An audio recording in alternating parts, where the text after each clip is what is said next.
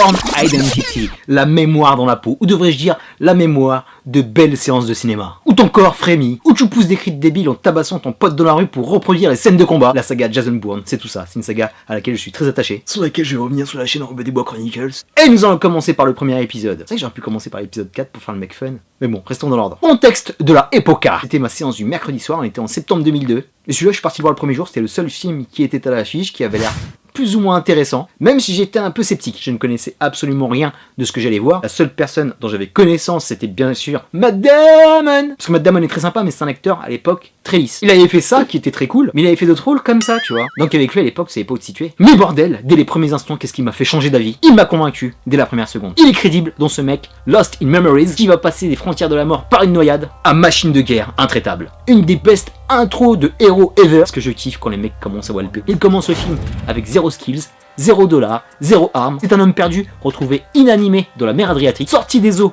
par miracle. Et j'ai kiffé tout ce qui s'est passé dans le chalutier, où des pêcheurs inconnus vont l'aider à se remettre, et on ne sait absolument rien de lui, et lui-même, c'est absolument rien de lui. Si c'est pas cool ça. Et on en apprendra petit à petit, mais le mystère restera épais jusqu'au bout du film. Mais on comprend que ce mec n'est pas n'importe qui, c'est un big deal. Juste quand il se retrouve dans la glace et qu'il commence à parler plusieurs langues, tu dis what? Il a l'adresse d'une banque suisse dans ses hanches avec une puce, si c'est top.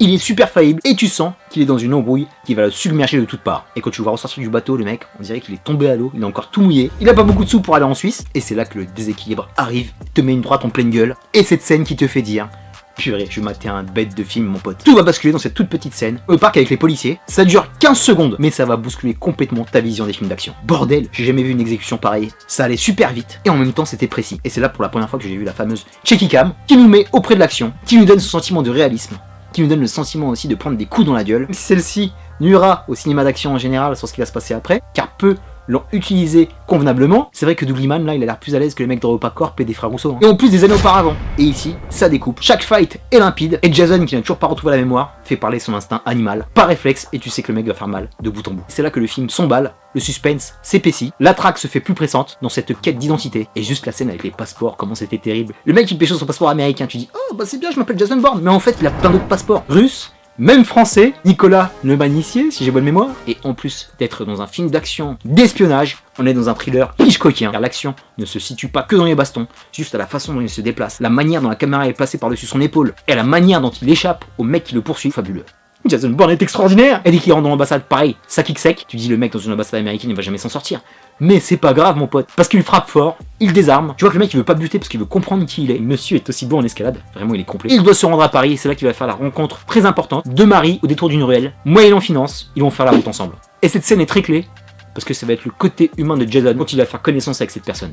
Bien que tous les opposent, tous vont les rapprocher dans cette mission. Et arrivé à Paname, l'adversité va devenir encore plus rude, car sa tête va être mise à prix par l'agence. On en apprend un petit peu plus sur lui. Et enfin, on commence à identifier la menace Treadstone. Ils sont un peu plus que de l'undercover. Ils sont vraiment en sous-marin. Ils bossent dans des sous-sols miteux de l'anglais. Et tu comprends petit à petit que c'est le bras armé de la CIA qui engage des barbouzes, qui les forment, qui leur retournent le cerveau pour nettoyer. Elle est là, la Ligue des Assassins. Et ce que j'ai kiffé par-dessus tout par rapport à ce film, c'est sa plastique. Ici, tout est artisanal. On donne dans le réalisme. Ce film a des qualités de film d'auteur. T'as l'impression d'être dans un film européen. Franchement, quand je suis sorti de la salle, je fais des recherches, je pensais pas du tout qu'il était américain. Ça n'avait rien à voir avec les standards habituels, car il n'y a pas de décor fastueux. Ils sont pas là pour t'en mettre plein les mirettes comme dans les blockbusters. Pas de gadgets, pas de QG high-tech qui vont over-cheater le héros. Et là, vraiment, on est dans l'humain parce qu'il a besoin de rien pour être une arme fatale. Juste un crime. Et un autre truc que je kiffe aussi dans le cinéma d'action, c'est l'installation du checkpoint. Parce que là, on va mettre à ses trousses des tueurs impitoyables qui sont aux quatre coins de l'Europe. Et le chemin de croix va être au top. Quel kiff. L'action est variée et monte en puissance, comme Jason, qui devient de plus en plus impressionnant à chaque embrouille, avec cette magnifique course-poursuite qui débute de Gare du Nord, dans une mini-Austin, complètement pétée en plus. Attention, elle tourne un peu vers la gauche, mais vraiment elle était toute naze la voiture. Qui va nous balader dans le tout Paris, à Belleville, jusqu'au quai de Seine, on en prend plein les mirettes. Pas de technologie, pas de voitures sophistiquées, ce sont de la vraie cascade, magnifiquement filmée. Et en plus, il y a une très bonne exploitation de Paris. On va utiliser les extrêmes, le mec va passer à la Défense, par les Tuileries, sur le Pont Neuf, en allant dans le Paris hors de la carte postale, parce qu'il y aura beaucoup de scènes dans le 20e, dans des hôtels un peu lugubres. C'est ce qui fait aussi le charme de ce film, comme cette petite action qui se passe à la montagne, avec un vrai fight de sniper impressionnant, magnifiquement exécuté, découpé. Et là aussi c'est très fort parce que tu comprends la tactique que va employer Jason. Rien n'est fait au hasard, tous ces mouvements sont nickel. Jason petit à petit va reprendre le dessus. Il ne connaît toujours pas son identité, ça va nous donner un final assez fort, un petit peu what the fuck, j'avoue la scène de fin. Elle est super cool, ça aurait été un autre film, mais elle dénote un petit peu avec tout ce que t'as vu avant. Donc t'es un peu surpris, tu vois, tu dis non les gars, c'était un peu too much là. Mais on leur en veut pas. Et t'es toujours dans le brouillard par rapport à Tristan, toujours dans le brouillard par rapport à ses assassins, et heureusement qu'il va voir la suite quand même. C'est un film haletant, c'est un film complet, un casting qui est vraiment magnifique, surtout quand tu le remets à notre époque, qui allie une star montante comme Matt Damon, qui a fait en 2002 un choix complètement à contre-emploi, et ce rôle va doper sa carrière, et grâce à ce dernier, il va pouvoir jouer sur tous les tableaux. Il est préparé, il est déterminé, son corps est transformé, il s'est entraîné au Kali, un art martial philippin, le mec est ultra bluffant, ultra flippant, et en un film, il a jumpé dans les rôles d'acteur d'action crédibles, levé le poids lourd, c'est son rôle charnière, il va pouvoir le faire rivaliser avec n'importe qui. J'ai surkiffé voir l'allemande Franka Potente, qui sort des standards love interest hollywoodiens habituels, en plus c'est l'actrice principale d'un de mes films préférés,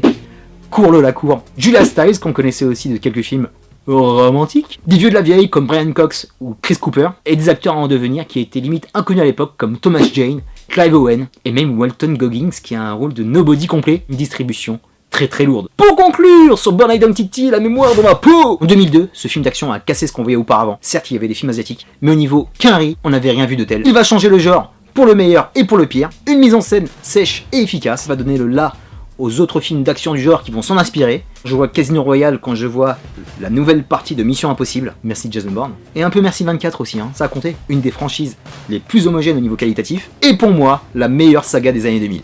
Bon, je te parle de La mort dans la peau, j'attends un petit peu. Est-ce que tu as vu La mémoire dans la peau? Est-ce que tu as vu Bourne Identity? Mets-moi un petit commentaire paranoïaque. Je te laisse, je vais être à la bourne.